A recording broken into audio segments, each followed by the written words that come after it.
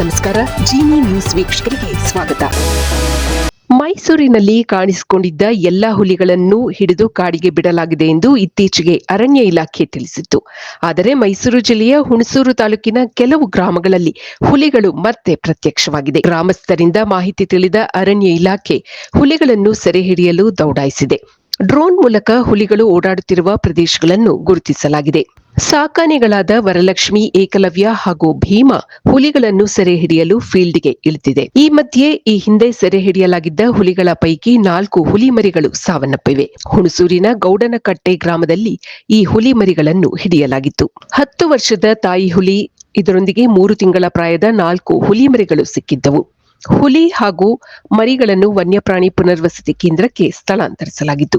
1 ಮರಿ ಆರೋಗ್ಯ ಹದಗೆಟ್ಟು ಡಿಸೆಂಬರ್ 7ರಂದು ಮೃತಪಟ್ಟಿತ್ತು. ನಂತರದ 2 ದಿನಗಳಲ್ಲಿ ಉಳಿದ ಮರಿಗಳು ಸಹ ಮೃತಪಟ್ಟಿವೆ.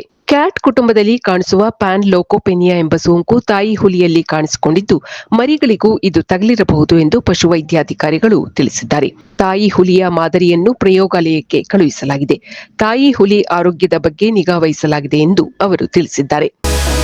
ಇದು ಈ ದಿನದ ಸುದ್ದಿಗಳು. ನಿರಂತರ ಸುದ್ದಿಗಳಿಗಾಗಿ ವೀಕ್ಷಿಸುತ್ತಿರಿ ಜೀನಿ ನ್ಯೂಸ್. ನಮಸ್ಕಾರ.